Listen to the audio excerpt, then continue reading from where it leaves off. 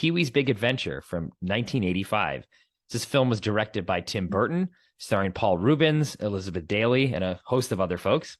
The IMDb plot summary: when eccentric man-child Pee-wee Herman gets his beloved bike stolen in broad daylight, he sets out across the U.S. on the adventure of his life. So I'll just say it with each one of these, but even though I said it at the outset, like, it's a film I've watched countless times.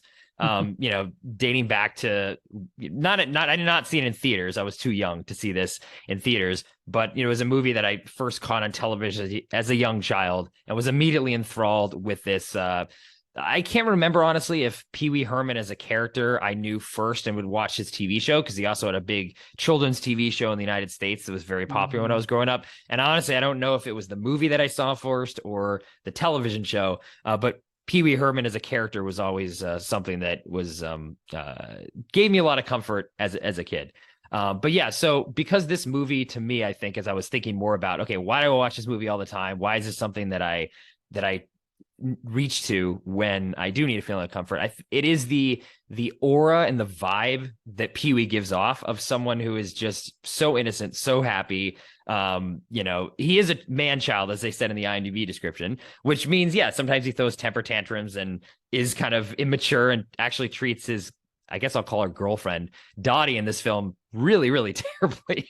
He's a total jerk to her for no reason. But it's his likability and the vibe that he gives off in this world that then he inhabits, which is a silly but innocent world that he goes through in this film. So it's not just necessarily him, it's this whole vibe and world that this movie's created. And going into that world makes me feel, also, I kind of catch the vibe of Pee-wee, like, oh yeah, I feel kind of silly and I feel kind of happy, and I feel like every, the whole world that I'm in then could be maybe just as fun as Pee-wee's. And I just put this movie on, and I don't know, it's like 80 minutes, 85 minutes. And when I'm immersed in Pee-wee's world and the world that this film creates, it immediately just puts me in a great mood. Because again, for me, Paul Rubens's Pee-wee's creation is just so infectious as a fictional character that really anything Pee-wee does just always makes me feel good. Well, I'll take that back. The second film's terrible, so that movie I would not recommend watching.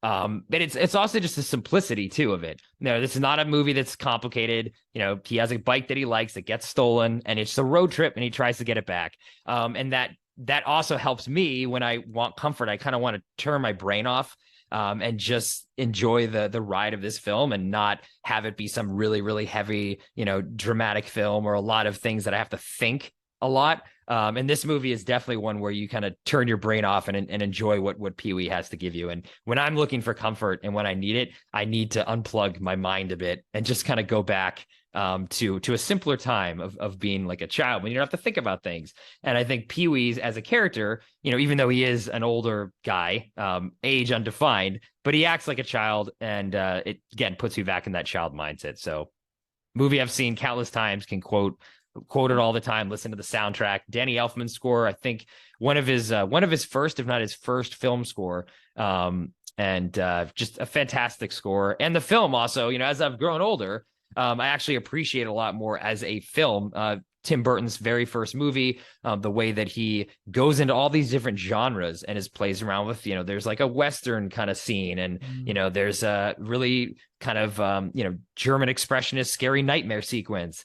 And he kind of touches on all these different genres, which I'm sure as a filmmaker, especially first time, must have been really fun. And you kind of get that sense throughout this entire film that everyone involved in this is just want to put that feeling of fun, those fun vibes out there, including Burton, who obviously later, he's maybe known for his more, darker, I guess I could say, films. But this one has the Burton touch, but is a lot more of a lighter universe. And I think that is, again, why this would be something I'd pull off the shelf and watch versus one of his other darker films. So yeah, just a huge fan of this film. It was always fun to rewatch it. All right. So I had never watched this movie until, we put it on the list. Obviously, know of it. Maybe I tried to watch the Netflix movie when it came out, but I don't remember much of it. Forgot about that one. Yeah. So I have to be honest and say I could not watch more than 20 minutes of this movie. You didn't finish it? I couldn't finish it. You don't know if he gets his bike, huh? I don't. Yeah. I mean, in fact, I figured I'll just ask you because Yeah. maybe this is one of those cases like we've talked a lot about on the podcast is that when do you watch a movie in your Mm. lifetime? And I think watching a movie like this at age 40, I don't know. I mean, not that I there's plenty of silly stuff that I like. There's no question. I'm not sort of, calling myself someone who doesn't enjoy that. Right, right, But right. there's something about this character, the laugh and the ticks and all of it. I just was like, I cannot handle this. And I actually found myself, I had the opposite reaction to you, which is getting sort of to the comfort, happy, fun place. I wanted to leap out and basically assault PV, which is, I probably should not be saying this out loud on air, but that's why I sort of I found myself feeling so aggravated and so violent that I just was like, okay, I have to stop this because Yeah. this is actually the total opposite of me getting to a place of happiness and comfort. It's so yeah. That said, Tim Burton, the filmmaking, all aspects that you touched on, all of that is obviously amazingly done. And, Mhm. I will give him and everybody involved full marks for commitment. Everybody's in Mhm. it. And that is something that I do appreciate. And that actually does, to some level, brings comfort, right? Like seeing Mhm. people on the same page, committed to something is definitely one of the things that I draw comfort from, that aspect will come up in my list later. But PV, I'm Not sorry. your guy. No. Was this so you hadn't seen the film? Was this your first introduction to Yeah. Pee Wee as a character? Okay, Yeah. yeah. Yeah. Yeah, I mean this film actually was I probably shouldn't say if it was the first of these type of movies because I might be wrong, but it definitely popularized there's a comedic persona and we're going to kind of like build a movie around it because it wasn't Mm, like Pee Wee. Pee Wee existed as a Broadway show first and then, mm, this film. So after this, we actually even talked about one of these movies in the past, like UHF, that was there's a right. Weird Al persona, let's build a movie around him. And there's a lot of those types of films after the success of this one over about a 10-year period. And it definitely is something where if you don't like the persona of what they're doing, there's no way you're going There's to like no the movie. way. Like if you don't Yeah. like Weird Al, UHF isn't going to work. You don't like Pee Wee, this movie's definitely not going to work. You don't like, I don't know, Andrew Dice Clay, then the Ford, whatever that movie was called, Mm, that's not going to work. yeah. So yeah, I'm not surprised that as someone who doesn't vibe with Pee Wee, then this movie would be aggravating to get through for sure. Yeah, because yeah, I could see Pee Wee being a divisive in terms of either you kind of like it works or he's the most aggravating, annoying person ever. Yeah.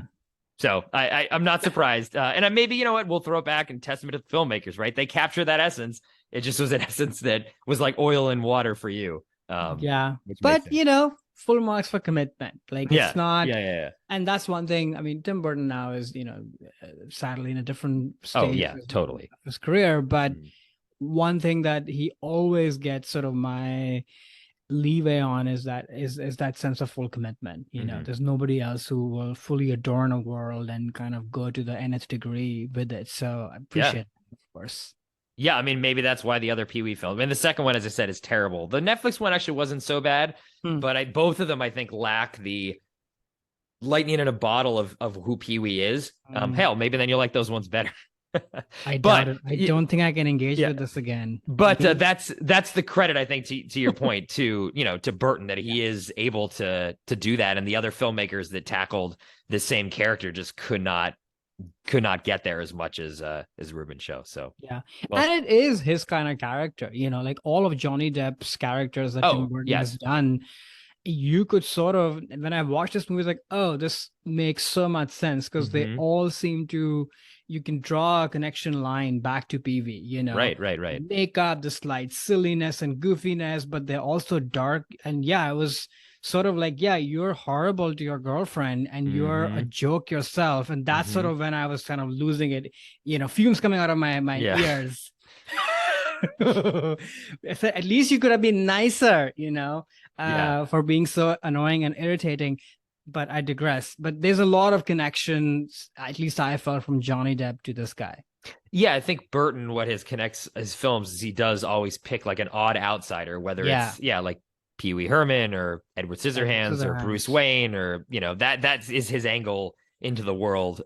So yeah, I'm not surprised you found that connection too. Hey there, it's Alex. If you like the review and discussion Karan and I just had, make sure you subscribe to our channel, Movies That Shaped Us, to get full episodes.